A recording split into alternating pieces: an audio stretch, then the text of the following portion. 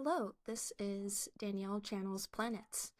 I'm an archetypal astrologer here to talk to you about the daily and weekly astrological archetypal dynamics that are happening in real time, and also looking at the future a little bit. So, today, April 7th, we are looking at the chart of the moment. It is 10:30 here on the Pacific side of America, and we have several huge things that are unfolding this week astrologically, as you will probably hear many astrologers talking about, one in particular, an Aries stellium that is occurring.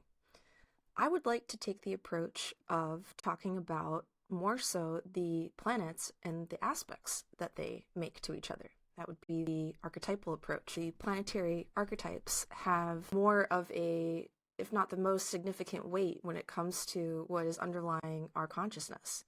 And so my channel and my approach will be focusing on the planets and the aspects that they make to each other. Now, I'm all for signs, houses, any type of astrology, of any system, of what anyone relates to. This is just my depth, psychological, archetypal, astrological offering to the world that comes from an approach that is rooted in archetypal cosmology. So, with that being said, I would like to just take a look here at some of the planets and aspects that are occurring. So, one place to start is the sun. And the sun today is in what we could say is a loose conjunction with Saturn. Now, if you take the archetype of the solar principle, it would be our potential, our energy, our will, our I am presence, declaring our sense of self and ego into the world, and the development of a personality that we share confidently and express in life. And Saturn is the principle of constriction and boundaries, discipline, groundedness. It can bring a depressive kind of posture to the sun. It can ground the sun as well. And so those two dynamics playing out for just a little bit longer here in April with Sun Saturn can bring some lessons in maturity and growth.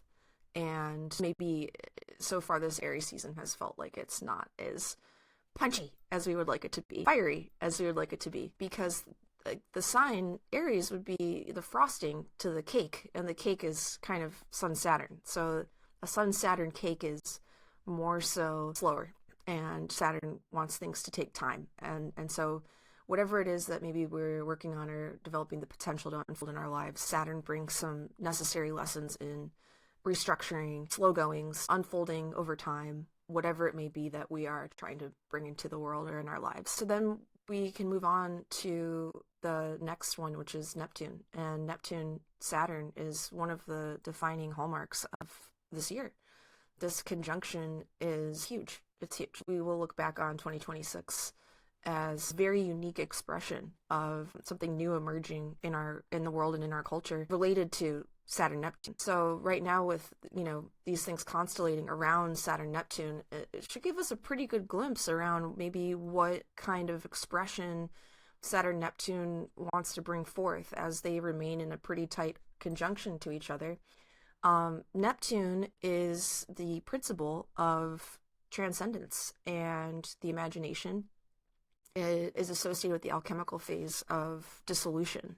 So that would be this kind of watering down or diffusion, or causing something that was once solid to melt and to become a liquid. And so Neptune tends to dissolve and unify, heal, but also disorient and confuse. It can be a bit directionless. But Neptune also our ideals, and these, Neptune's our connection to like gods and goddesses and other realms of existence. And so for Neptune to be involved so closely with Saturn has a infinite variety of expressions.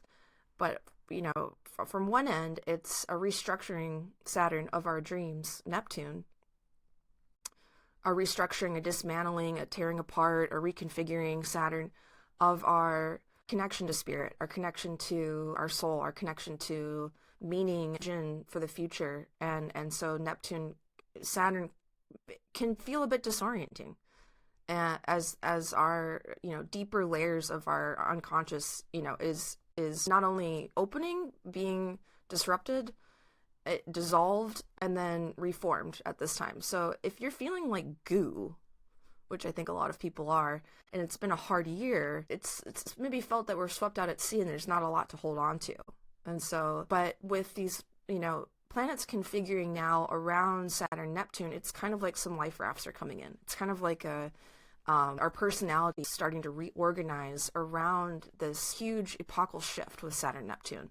So, I think we might look back at this time and say, like, well, I was, living my life according to one set of standards and ideals. And in 2026, I totally started living by a different set of ideas and a vision for the future.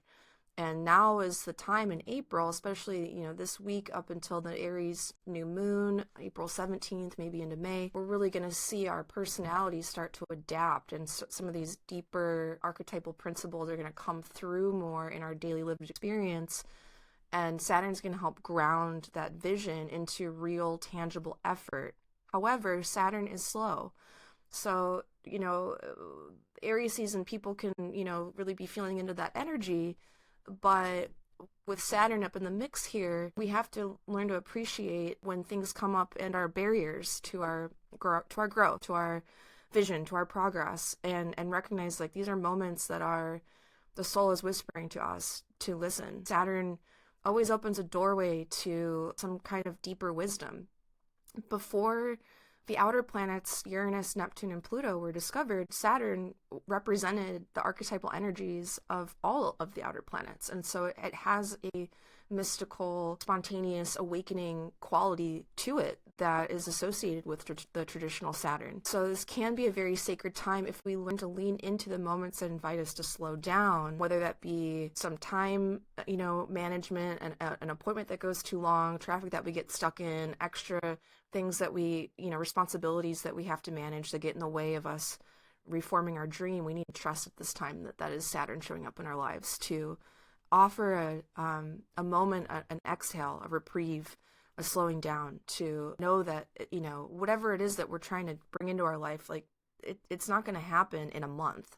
Like, this is, a huge shedding, a huge, reprogramming of many, many years of, Saturn and Neptune were in earth and water, and now we're moving into, we're in fire, and air with Pluto and Uranus. And so, these outer planets, time to adjust and reorient ourselves with these new ingresses into new archetypal energies, which we really, in our personal lives, like, this can take years to really, let these things unfold to see what it, this new chapter is really all about. So back to April, though, and back to this week, we have Mars joining up in this mix. And Mars is the archetype of action and will, aggression, conflict, war. Obviously, we're seeing a lot of things play out on the world stage. We have multiple dynamics that are going on that are heavy hitters right now in regards to the world stage. Mars is coming in, and when it joins up with Neptune, it has a tendency again to soften or dissolve Mars. Mars has a gusto and an assertiveness to it that Neptune can spiritualize and soften, and kind of bring a bit of ambiguity to Mars's direction that it wants to take. But in its spiritualization of Mars, it invites it to, or it participates with it in a way that Mars needs, Mars has an element of, like, the hanged man, dangling on a tree, suspended in uncertainty, suspended in surrender to a deeper divine will or purpose. And that's how those two things can come together. I always think of Neptune Mars as martial arts. And rather than being, an MMA fighter, which Mars can typically want to take on the expression of, or something a bit more forward and outwardly expressed as a obvious expression of Mars, when Neptune comes together with Mars, it takes on a more yin-like quality, or a more internal quality that can cause us to make, connect our movement and connect our action towards a larger purpose or ideal. Obviously, this can take on unhelpful expressions in the world, people going into action for ideals that are psychotic or, not helpful, polarizing. And so that energy is certainly in the air. But in personal lives, this is an opportunity as well to reconnect to a sense of spirituality and perhaps what this new chapter is trying to bring into our lives spiritually and how we want to act on that in new ways and how we want spirituality to inform our lives now. So Mars is coming through and kind of now going to be participating with Saturn as well. And so Mars and Neptune with Saturn can feel like it's dissolving Mars and slowing it down. So, but at the same time, Mars is going through almost like an alchemical kind of soup with Neptune and Saturn that we maybe thought that we could go one way, but then the as Mars passes over Neptune and Saturn, which it will, going into, even as of next week, it will be sandwiched between them on the 14th, a week from now. And then the rest of April, going into late April, we're going to see Mars pass over Saturn, and it's going to align with the new moon on the 17th. So we are just going over to that date. Yeah, something around here. And when all these things come together in about 10 days, I think we're really going to start to see like what what we want to go into action with and like kind of what the barriers might be towards that. Things are going to take time. Things are going to need some hope, some faith, whatever kind of change you're being called to make in your life, whether it's a breakup or the end of a job or you're moving or you're up leveling somehow and getting a promotion. Things are going to take time to really kind of step into this new energy. And Mars Saturn is inviting us to kind of do a slowdown. And this can be a lot of irritability and frustration as well. So when things get in your way of your personal growth, I invite you to try to recognize the opportunity to let Saturn be a container for the Mars energy. Whatever the barrier is or boundaries, whether it's time, whether it's obligation, whether it's something that, you've got to still commit to for the next several months and you can't break free yet, let that be a container for the Mars energy that is necessary for the alchemical change. So, and then we have Mercury as well that is coming into, I'm just going to go back to the 7th. Mercury has had a long ride in Pisces. It's finally moving into Aries, but it's still in Pisces at this time, as is Mars. So that might feel different when both of those ingress into Aries very soon within the next week or two. But for Mercury to be joining up in the soup, Mercury moves quickly. It is a mental kind of energy. It's communicative. So in our minds, we might be feeling that, a Mars Mercury conjunction can definitely feel a bit impulsive and erratic, or like there's just a lot going on that we want to say, that we want to do, that we want to think, that we want to write, that we want to communicate, that we want to move forward with.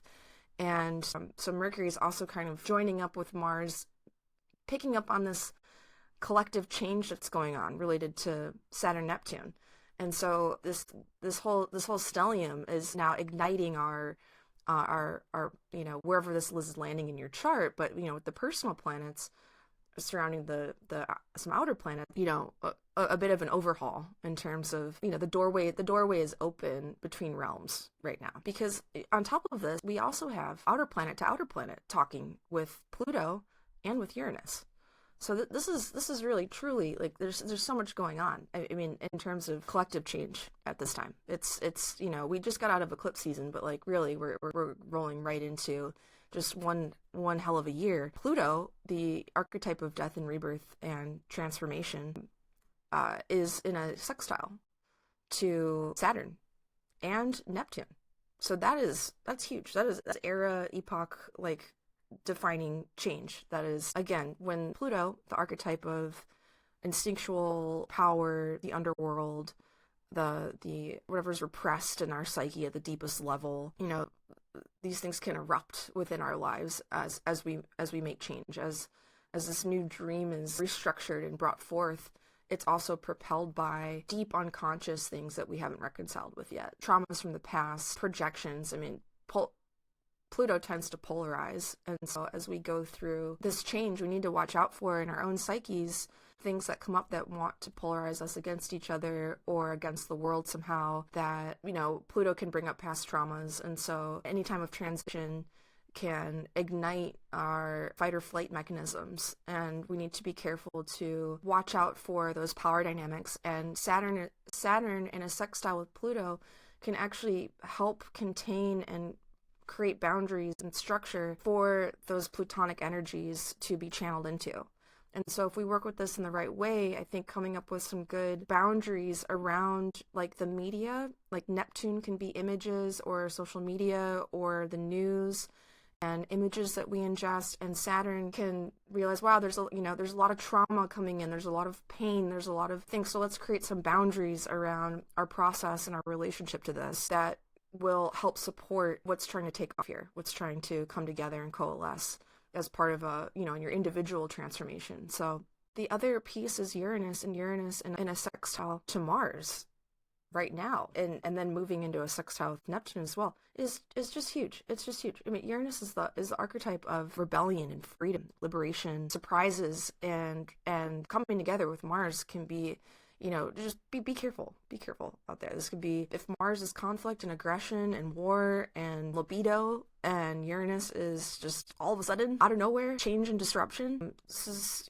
again, playing out on the world stage where we're seeing a lot of erratic things happening that are unpredictable and all of a sudden. And so the same archetypal principles and dynamics are also present in our personal lives. And so with Saturn, Uranus, Neptune, and Pluto in these sextiles with the personal planets coming together, and this really is a lot of energy to hold. This really is a lot of energy in terms of what's going on in the world and also changes in our personal lives. And so it can feel very destabilizing. At the same time, Uranus, very creative. Pluto, very creative, regenerative. Neptune, super imaginative. And so we have access to other realms right now. I mean, if you keep track of your dreams, if you have some kind of spiritual practice, like now is a really great time to capture images and visions and dreams and synchronicities that could be pretty much accessed daily right now. I mean, with Uranus is the principle of creativity and genius, and that speaking to Neptune in a sextile means that like creativity and the imagination are in a soft, harmonious kind of dance with each other. And so again, depending on where this is kind of falling in your natal chart, what aspects these planetary archetypes are making to archetypes in your personal chart, this could be really having an impact on a lot of people. And so quite a powerful week. I mean, we're not even at the new moon yet. I mean, I'm going to keep supplying some updates here. I'm going to tune in and we're going to keep watching this. So please subscribe to my channel if you find this interesting. I'm going to keep posting updates as we go along. Stay tuned for more. Thanks for watching. Bye-bye.